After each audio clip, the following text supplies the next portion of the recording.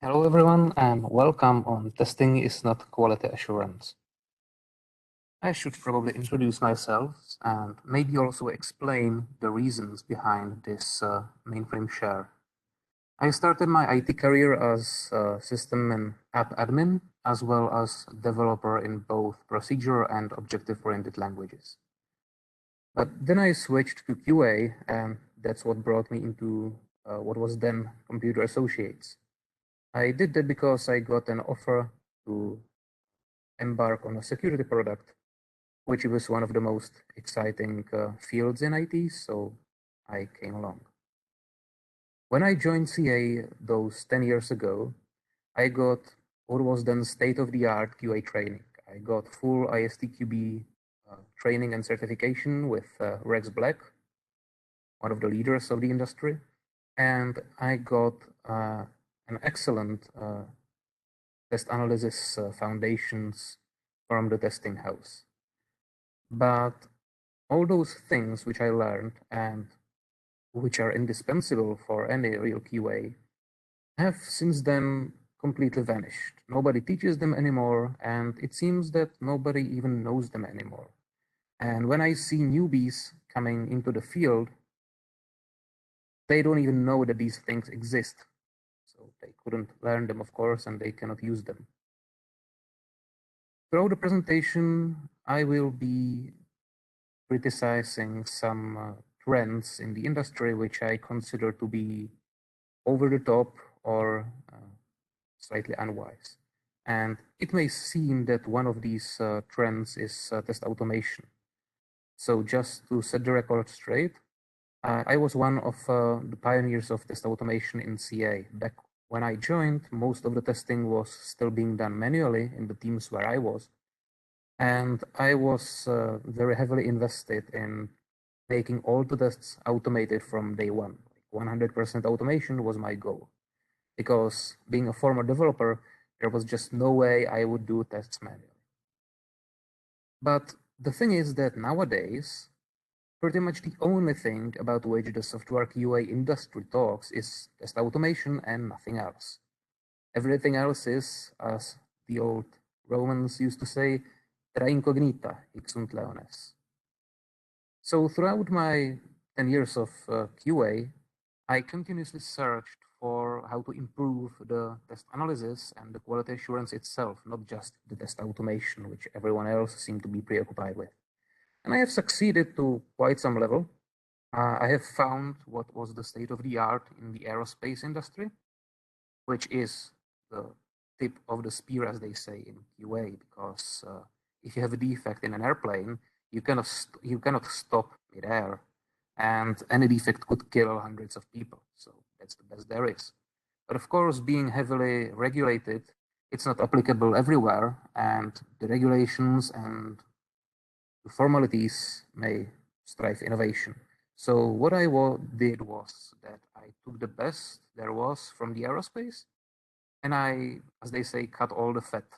I retain the things which are useful even for us, even for corporations, even for small enterprises, or even individual developers, and that's what I used. Just a few technical notes. There will be no camera. It's blinded on my laptop. There will be questions and answers at the end, but you can ask your questions to the Q&A box throughout the presentation. It will just be answered at the end. Somewhere during the middle of the presentation, there will be polling. And be advised that 5 points is the highest ranking and 1 point is the lowest ranking. So let's get on with it. Some of the things which may shock some of you are that I will claim and prove that testing is actually the least important part of quality assurance, that most QA metrics, even including the cherished ones as code coverage, are actually quite misleading or even deceptive, that automation cannot solve weak quality assurance, and that most teams I have seen, not in our company only, but in other companies throughout the industry, even by the industry leaders, massively undertest. Not that they wouldn't be writing test cases, not that they wouldn't have people dedicated to QA, but they are just focusing on the wrong aspects.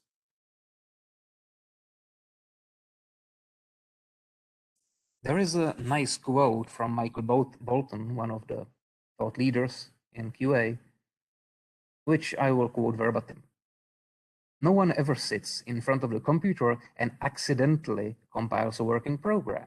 So people know, intuitively and correctly, that programming must be hard. By contrast, almost anyone can sit in front of a computer and stumble over bugs. So people believe, intuitively and incorrectly, that testing must be easy. The catch here is that while it's easy to find some bugs, that's not what we are after. The point of quality assurance is to increase reliability and confidence, to build trust in your product. If you can say, or if your team says, well, yeah, we did find some bugs and fixed them, does that make you feel confident that you can trust the product, that there are not some unknown hidden bugs which will come to haunt you? So it's not about finding some bugs, which anyone can stumble upon. It's hunting for very specific bugs with specialized tools and procedures to ensure reliability of the product and depend on it. There's a lot of misconceptions and misunderstandings in QA, and one of the biggest is the word testing itself. I hate the word testing because, it makes people have all sorts of wrong ideas. Testing is simply subjecting a system to some activities and recording the system response. So that means you take some test instructions, you execute them, that is the testing, and then you record the test results. The question, which is hidden in the plain sight, is where do the test instructions come from? Because they certainly do not magically materialize out of thin air. If you unmask what is hidden in the plain sight, there is a workflow which is general for any and all QC or QA efforts. Everybody does that even when they are not aware of doing it. The first step is research. You must understand the system you want to test. The second step is what is called technical test analysis in the field. It means that you figure out what could go wrong, you figure out what needs to be tested, and then you use that in the next phase, the test design, to actually define what needs to be tested and how, and what are the expected results.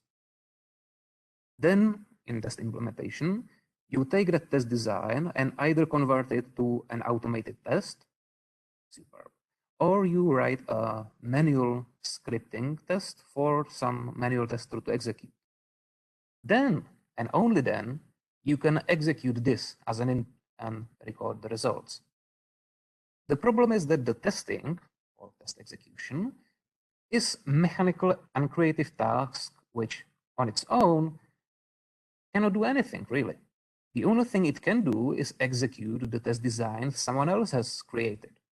And the proof that it's mechanical task is that you can automate it.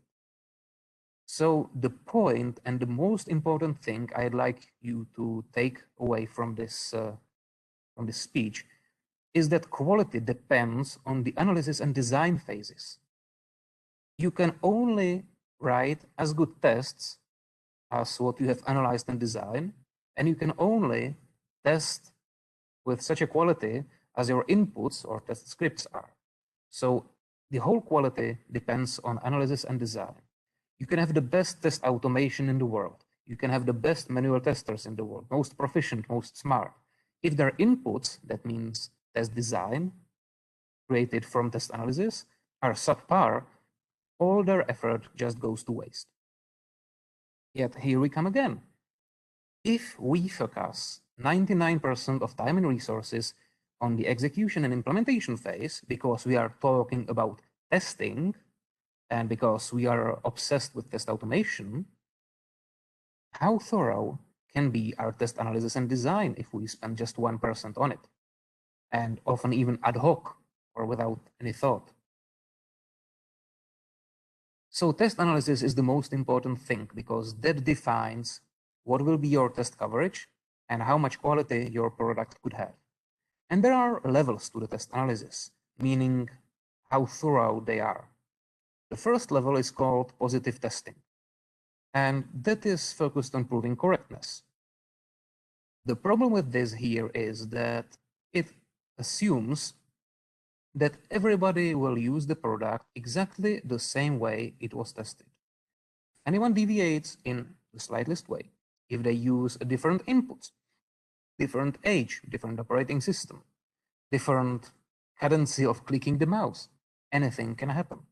Because the only thing positive testing proves is that if it's used the exact same way it was tested, then it will work. The second level is called destructive testing, and the focus is shifting. It also must prove correctness, the basic function, but it goes beyond that to attempt to find any weaknesses proactively. It's not to, be evil to the developers or to ruin all the fun. It's so that the defects in the code would be discovered by our company before we ship it to the customers to save ourselves the money and the embarrassment. So the point of destructive testing is to challenge the assumptions every developer inevitably must do and discover any unsanitized inputs which could cause a crash. Yet the coverage of destructive testing is still inherently and inevitably limited because it's not using any modeling. It has a lot of unknowns. So the third level is to reduce risks. And here we are starting to use system thinking and focusing on the software not as the code itself, but in the context. Because the software we write doesn't run in a vacuum, as the science jokes often like to say, it works in an ideal sphere in a vacuum. They run on some operating system, host operating system, which runs on some resident hardware, and they have to be integrated and interoperable with a whole plethora of other software from other vendors. So what level 3 does is that it tries to reduce these risks as a system. QA starts to engage in design and architecture of the product to warn and mitigate possible risks ahead of the actual coding. And finally, the highest level of them all is preventive action across system lifecycle. That's proper QA because it uses reliability engineering methods with fault hazard analysis and things like that. And it uses models of the system, of the feature of the software and of data to analyze very exhaustively what could go wrong.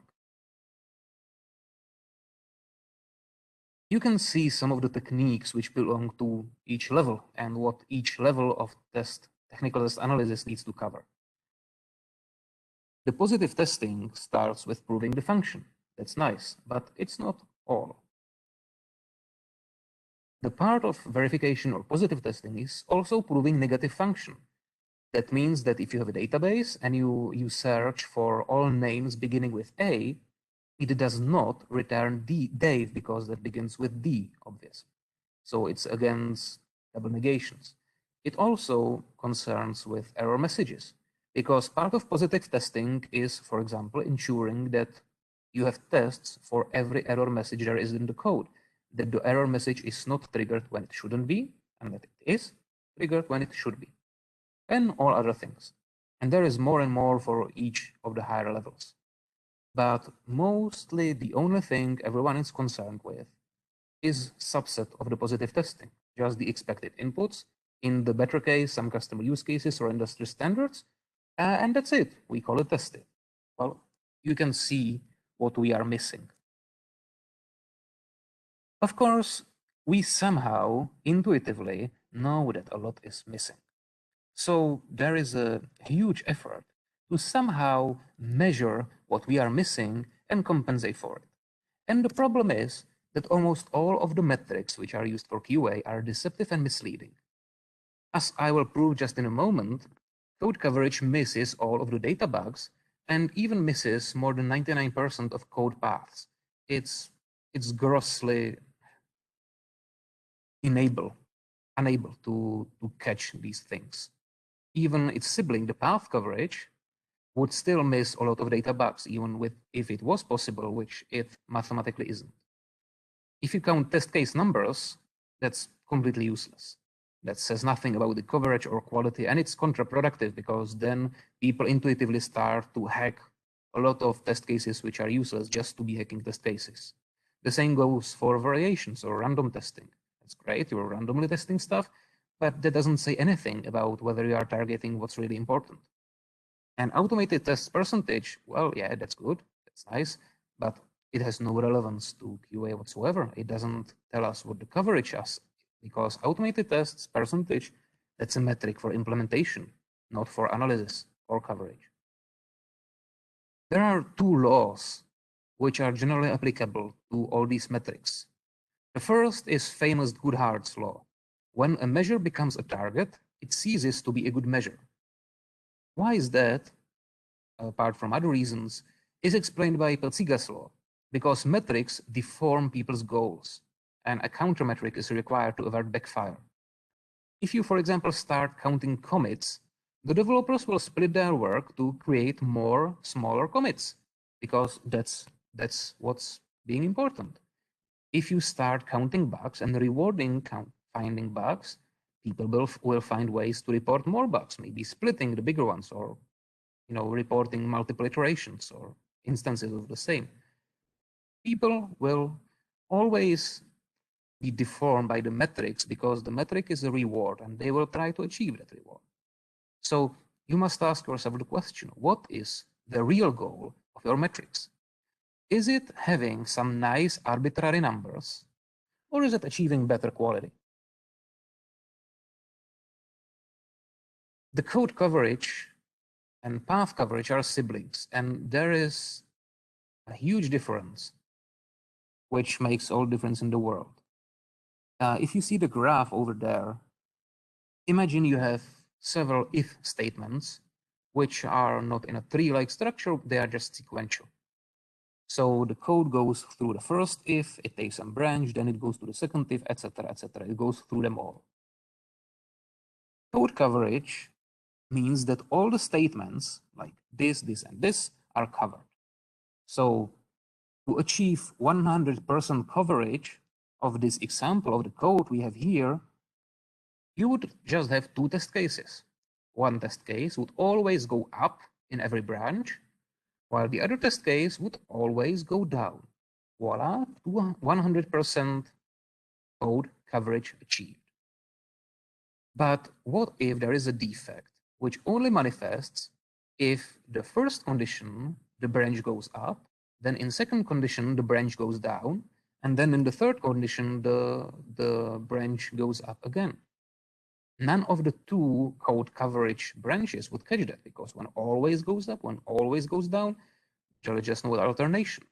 So what we are talking here to cover all defects like this is path coverage, which means combinations of all the paths which could happen in the system. And that is a problem, because while code coverage can be calculated as 2 times the number of branches, the path coverage is 2 on the nth power of branches, 2 on the power of branches you have. So if you have the simple program with just 70 branches, 70 if statements, it would take 2 on the 70th power, or 1.2 sextillion test cases to achieve 100% path coverage.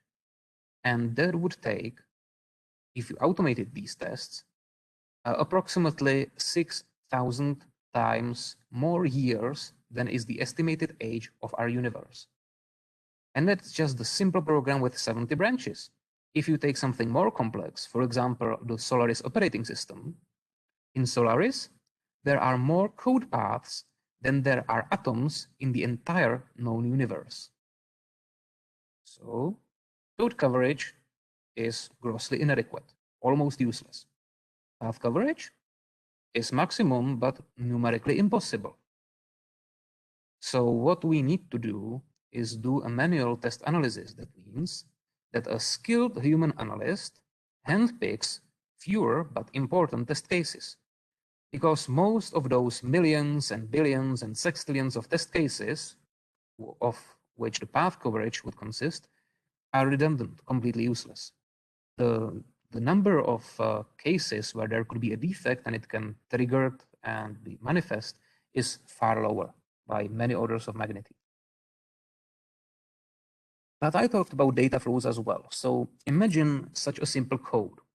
The only thing it does, it divides two numbers, floating point numbers, and it either returns the result, or if it thinks that one of the numbers, one of the operands is 0, it returns 0.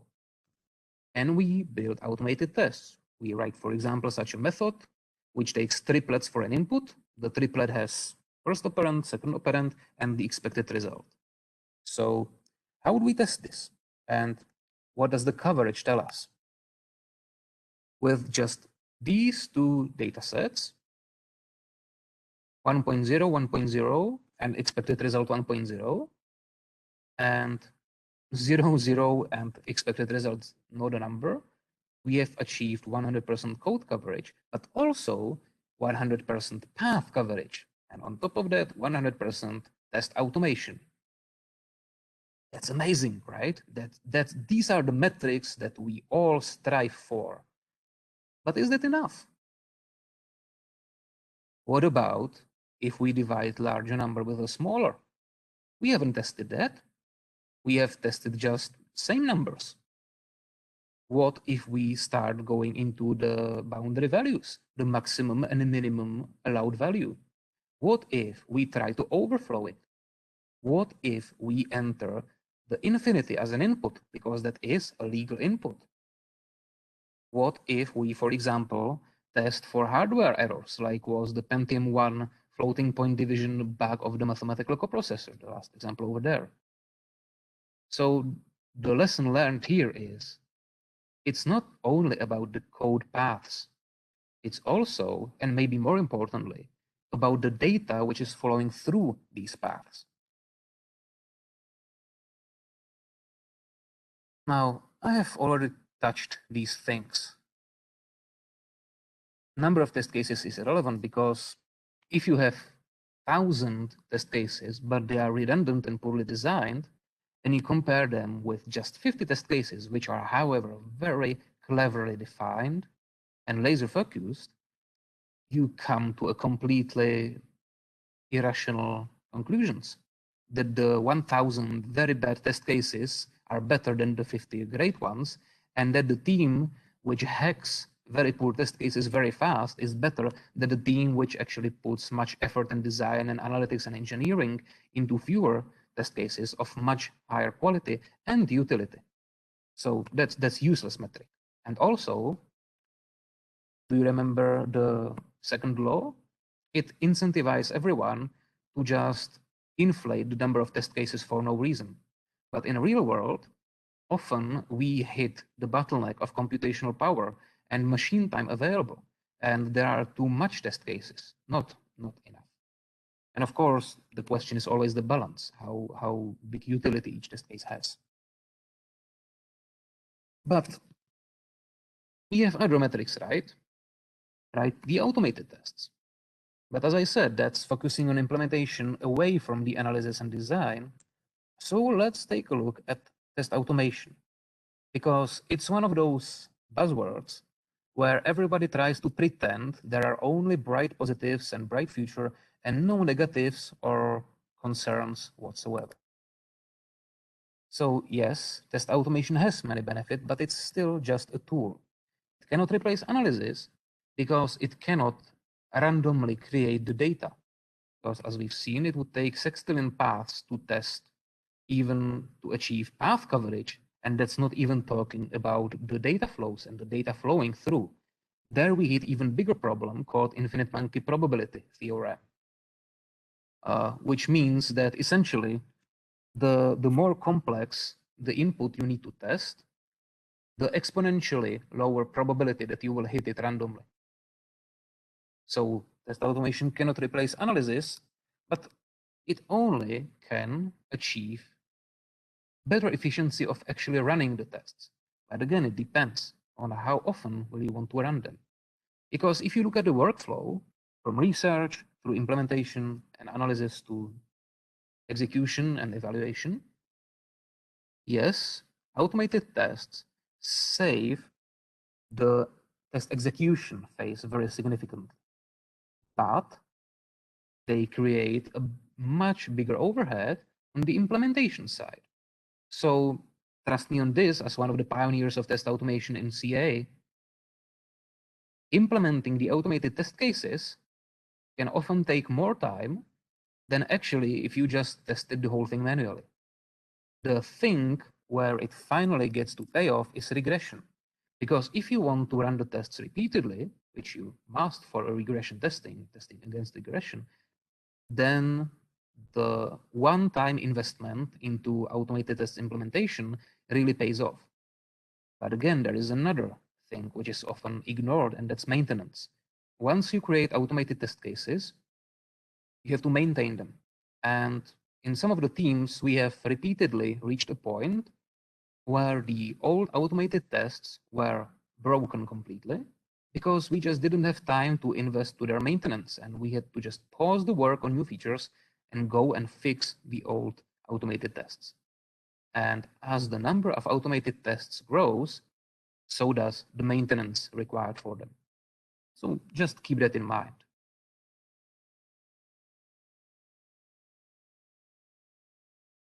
Test automation is like anything else automated. Even the best automated car cannot drive you if you don't tell it what is your destination, the input. And so the automation cannot fix your testing if you don't tell it what to test, if you don't give it the inputs which are created by test analysis and design. A takeaway here, especially for managers and developers, is that automation is not quality assurance and it's not testing. Test automation is software development where QA is the customer. And too much effort on automation can reduce the analysis and thus quality. I'm not saying do not automate, it's very important.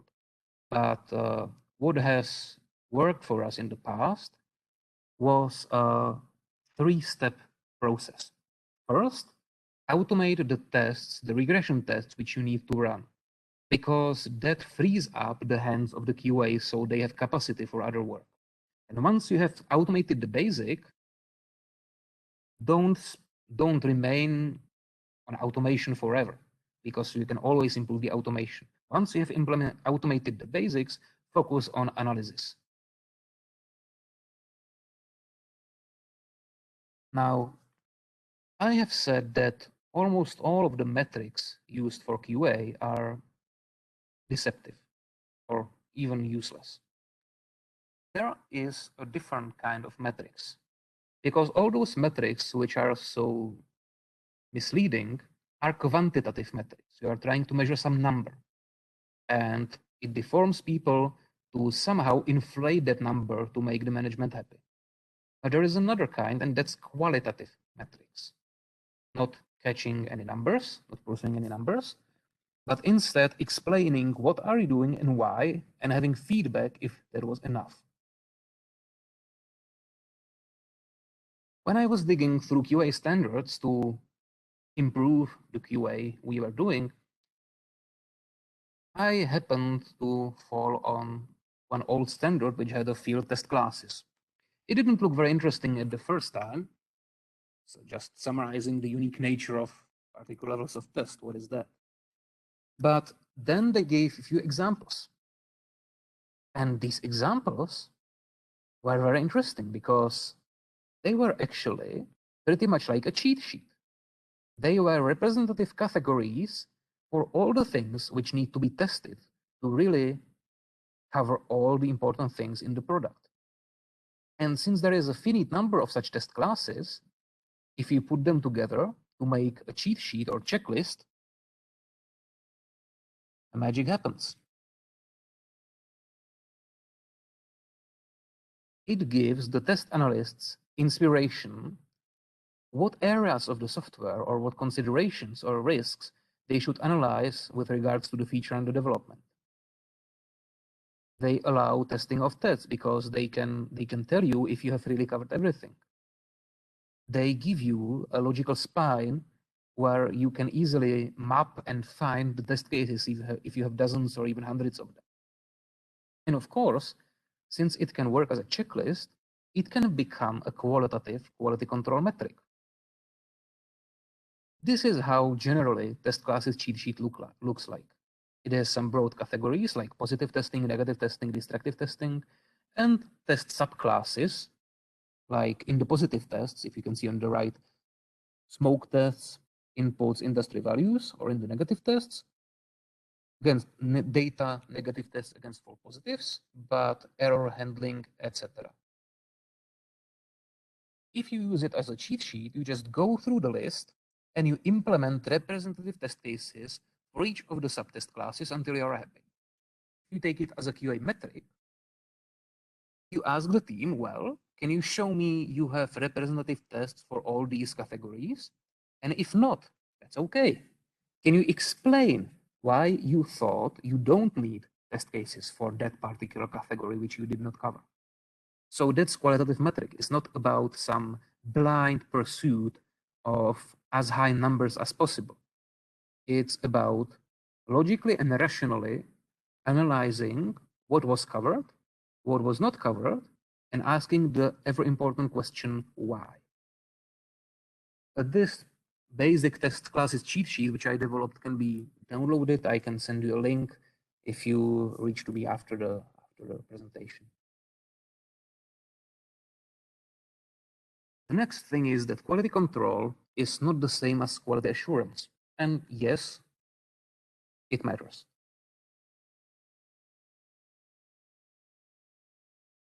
Imagine you have a factory, old school physical factory, making, for example, shoes.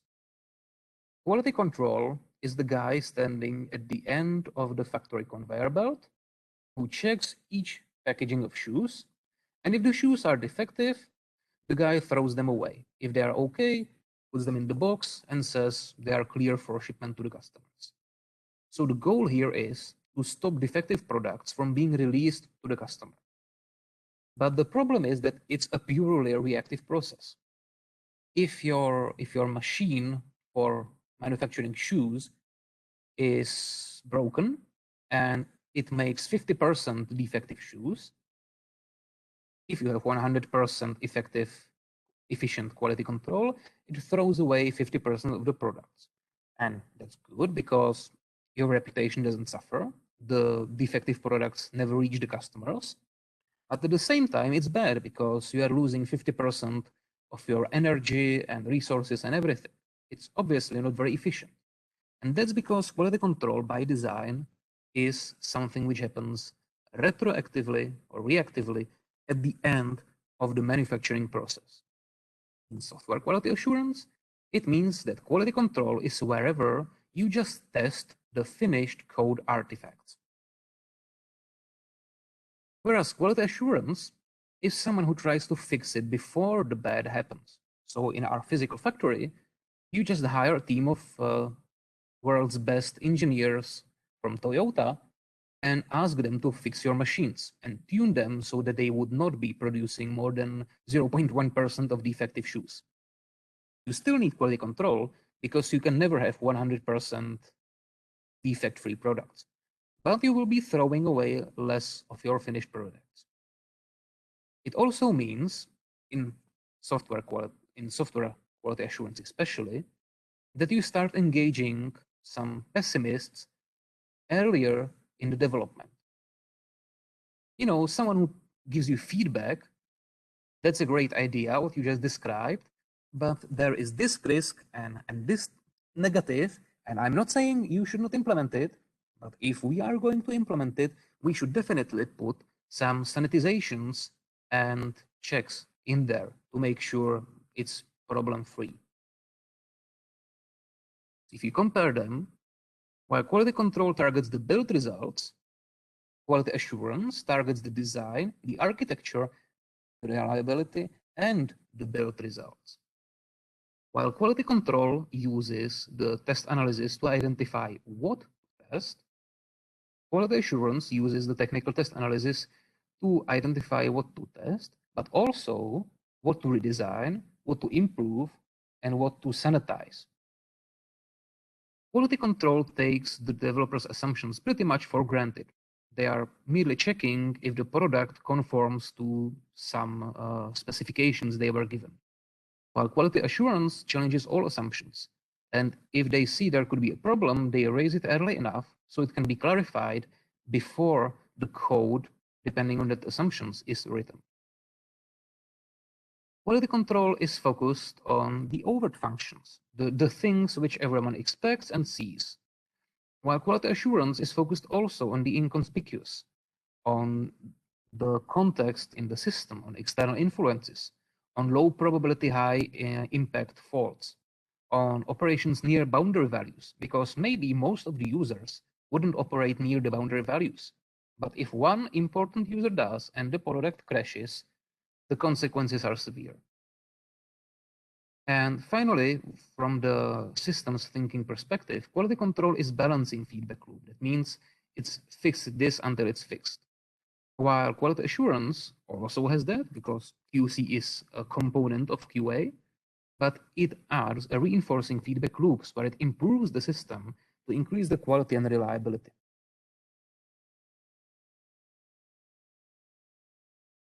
We've seen the workflow, which is generally applicable for everything in QC and QA.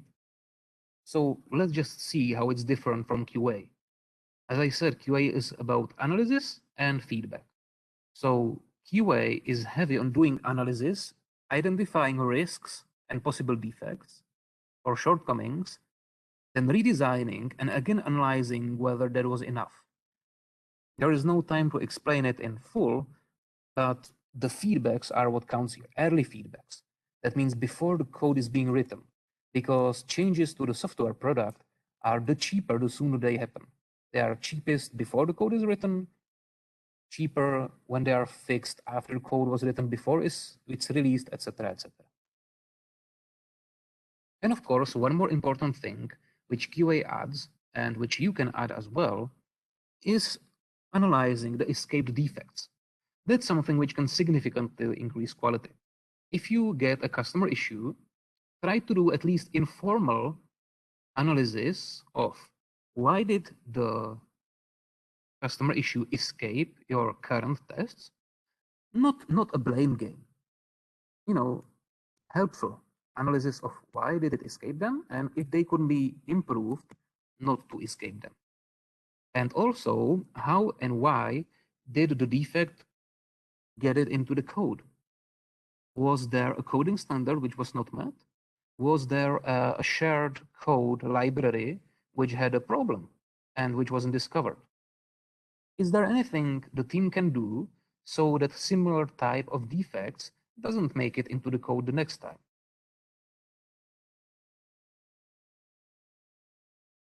If you don't have even quality control, just ad hoc testing, and you want to start with proper quality control, it's quite easy. You just have to recognize all the steps in the QC general workflow that were neglected in so far. So that means acknowledging that there is a technical test analysis and test design and test implementation phase and not ignoring them. Even if you allocate a small time to these phases, the fact that you do a technical test analysis, not ad hoc, but consciously, can make a huge difference. And if you use basic technical test analysis methods, like boundary value analysis or equivalence partitioning and things like that, and if you use test classes cheat sheet to systematically discover all the things which may need to be covered by tests, you will increase your test coverage and your quality significantly. When we rolled out the technical test analysis phase and the test classes cheat sheet in my old team, our test coverage has increased by 400%. And also plan for this. Acknowledge that there is a difference between test implementation, execution, and evaluation, and analysis, of course, and estimate for them during planning. Because what often can happen is that you spend some time on technical test analysis, and it's okay. And then especially if you are doing automated tests, the implementation of the automated tests takes very long. And everybody asks, are you testing it? Are you testing it? But, no, we are not testing yet. It's a prior phase. and the test execution is dependent on the test implementation to create the automated tests. So that just clears a lot of stuff on plannings and stand-ups. And also, finally, introduce the root cause analysis of escaped defects. Why didn't the existing test catch it? How can we improve them to do catch it? How did the defect get into the code? What can the developers potentially do in order not to make such kind of defects in the future? But of course, it needs to be rational, economy of effort. Now, what if you wanted to go beyond that? What if you wanted to move beyond mere quality control to the full stack level 4 aerospace grade quality assurance? It can be done. It can be done in CA, it can be done in Broadcom. And how do I know it? Because we've been there and we've done that. In my old team, I used NASA techniques for fixing a major pain point in our product, where like 50 or 60% of the defects was coming from. The first thing which is done in the QA workflow is gathering a function list. Because generally, when developers and product management works on a product, the only thing they care for is the explicit functions, which are like the requirements. So let's imagine we are developing a product and we have a requirement that it should be able to authenticate users. That's nice. But this one explicit function triggers 4 more implicit functions, and actually more of them, which it requires as dependencies. So there comes implicit function, you must be able to create the users. You must encrypt the password for these users.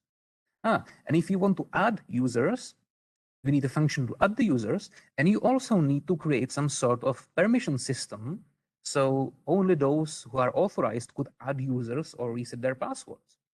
You need to create an option to reset password for the user and do it safely, and things like that.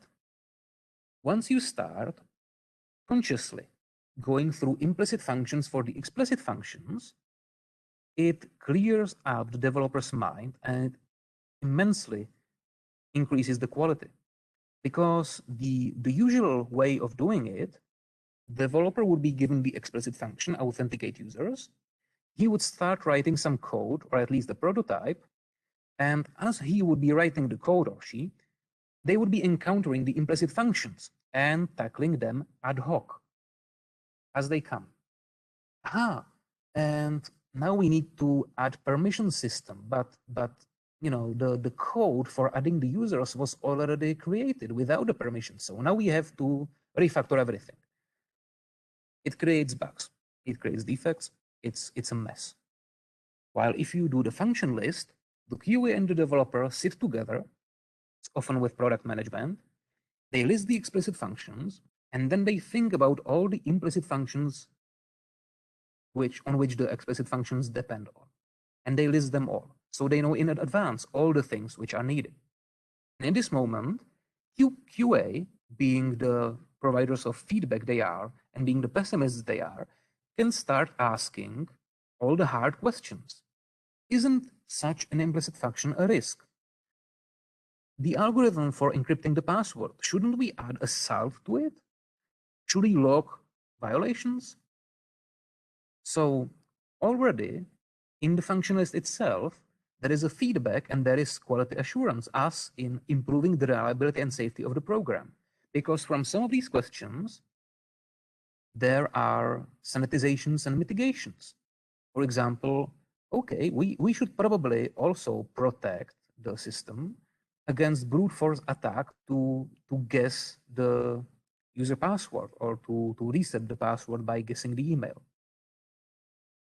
So this already increases quality. And then you go on the second step, the failure mode effect analysis.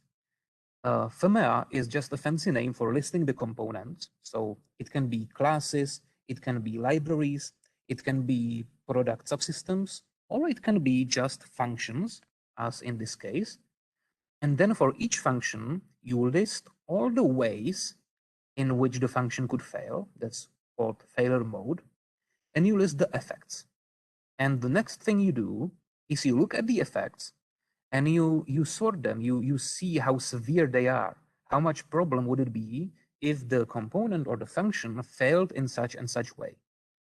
And that gives you excellent knowledge which functions you absolutely must write bulletproof, because if they failed, it would be such a massive problem. Severity 1 issues, penalties from the service level agreements, regulation breaches and everything, that it will be such a big problem. And then, using the knowledge from function list and failure mode effect analysis, you go on doing the classical technical test analysis using test classes cheat sheets.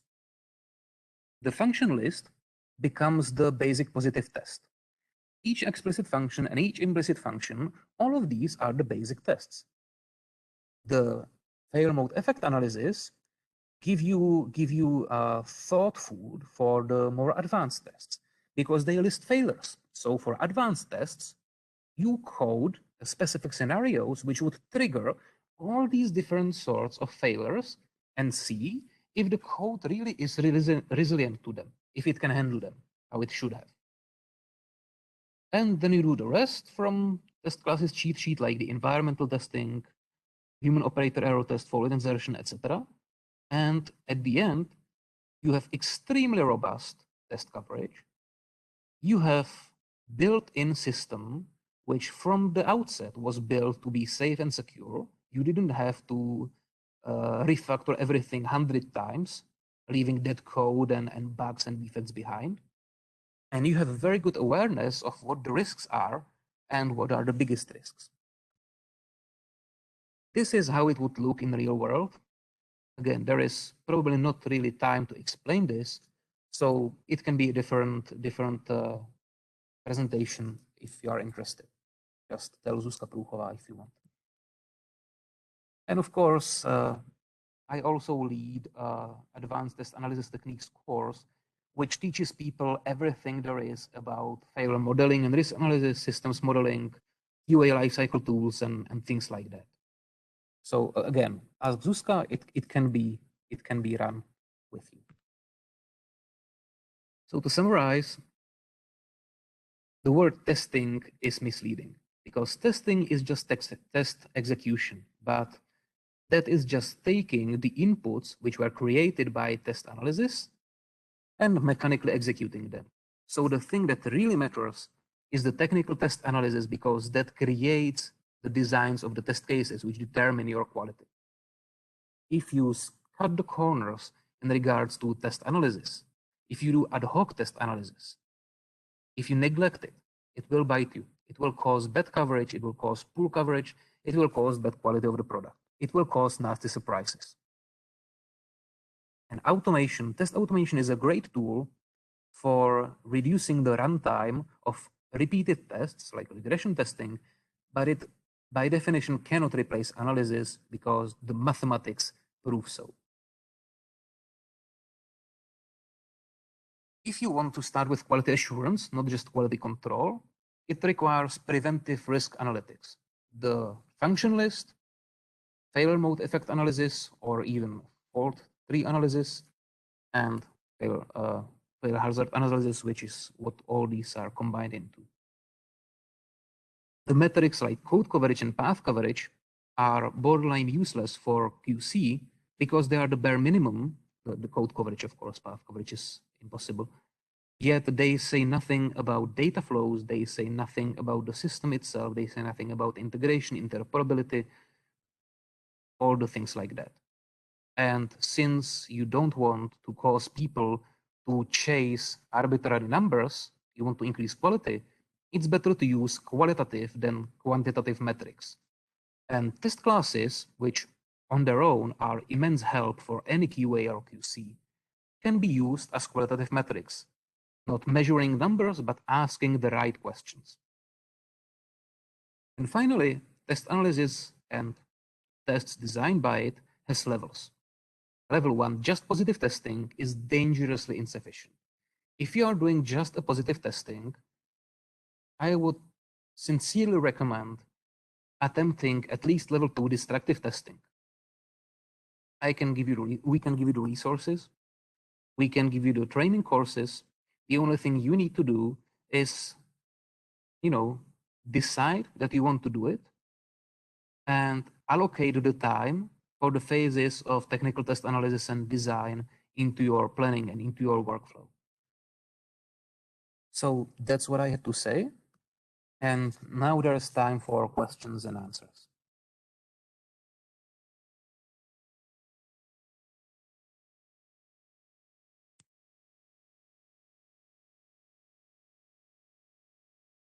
You can use the Q&A box, or you can reach to Staska.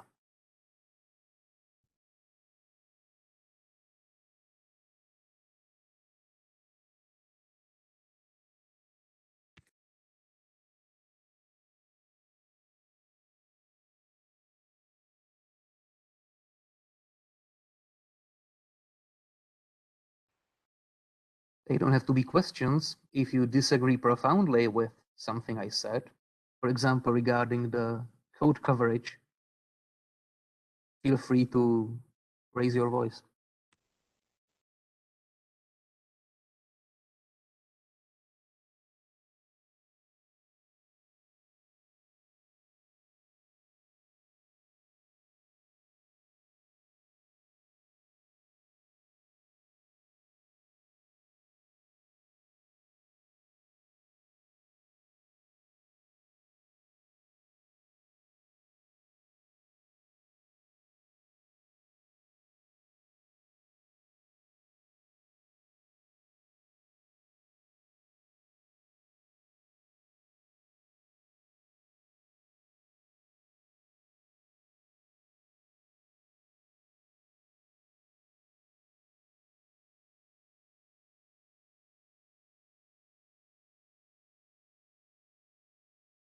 So Percroll asked if there are any thoughts on how we should evolve the metrics we track for QA.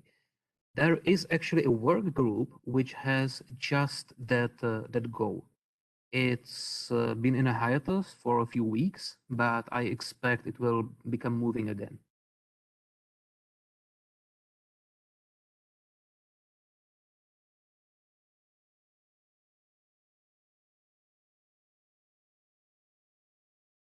Yeah. Ken Ennington asked if I can provide some expected time percentage in a given project cycle to achieve this level of quality assurance. So for typical feature, the function list and FEMA and test analysis would take something between 1 and 2 weeks.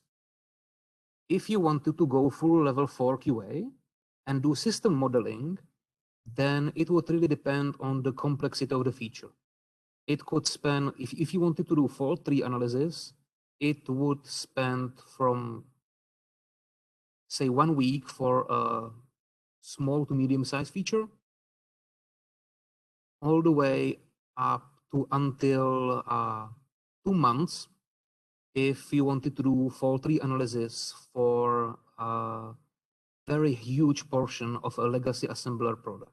We did fault tree analysis on compression in local analyzer, and it took 2 months because it was many modules, like dozen of modules, I think, and it was old code which no one, including the developers, was really familiar with into that kind of depth. And it was very useful for the developers as well because they discovered a lot of things they just didn't notice before. But 1 to 2 weeks is the general time required for normal, good, reasonable technical test analysis and test design. Code reviews, John Baker asks about importance of code reviews.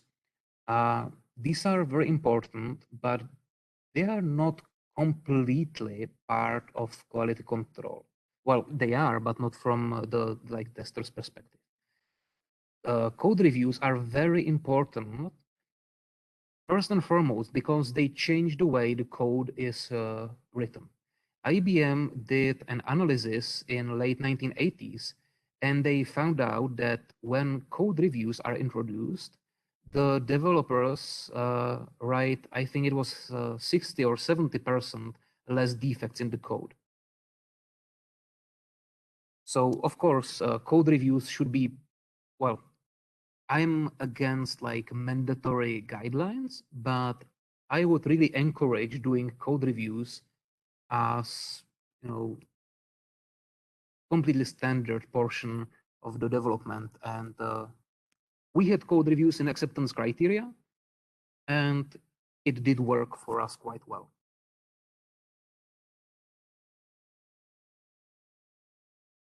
Tomáš Pavelka asked if I can be invited to watch over if they try to do failure mode effect analysis. I would suggest getting the advanced test analysis training first, and that would clarify a lot of things because there is a workshop in it about FMEA and functionalist. So that would be more efficient than if I just went over to some team. But otherwise, it's just a matter of agreement with my manager. And finally, Giovanni Creato asked if I can share a specific example of the testing practices I have in place for a certain product. So in my old team, I was gradually rolling them all out, right? So I had the team introduce a formal test analysis phase. Then I added test classes. In the current team, what I have in place is pretty much everything from QC level 3. So I start each feature with creating the function list, and then I do failure mode effect analysis on it. I see what's a high risk failures or functions, and I talk with product management about them and whether they should be sanitized or mitigated or what should we do. And based on the debate with product management and also with the developer, we decide how will we tackle it, whether I will just do test design using test classes, or whether there is a need to do more thorough analysis using, for example, fault tree analysis. And when the test design is finished and all the test cases are defined on the test classes like spine or framework, then I implement them in a fully automated fashion and then I run them. So that was all the questions. Thank you for your attention and have a nice day. Andre, actually, I've got a couple of questions only sent to me. Vijay is asking if there will be a recording of this session, and I can assure that there will be. You can find it on a Google site, and the link is in your invitation to this talk. And Ricardo is asking, can AI help with analysis? That's an interesting question. What the first and most important consideration we all need to have on mind is that when we are talking about AI, we are talking about machine learning. Machine learning has no intelligence. It is not creative. The only thing it can do is take past data and extract patterns and stereotypes based on them. So potentially, AI could be used to apply and adjust old test analysis results created by a creative human analyst on new features which are very similar to the features which were covered in the past by human analysts. But there is a data problem here that for machine learning to actually create these abstractions and stereotypes or patterns, it needs a lot of data to learn on. And with the typical cadence we have, and considering that most of the teams did no test analysis before today's presentation, units or even dozens of test analysis documents or inputs are simply not enough to train any reliable AI.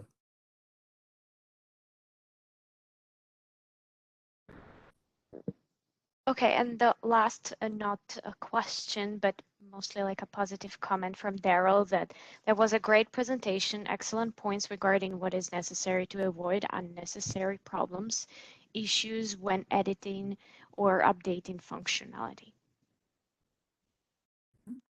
So also I want to thank everyone else who posted positive feedback in the Q&As, and have a nice day. Thank you, everyone. Goodbye.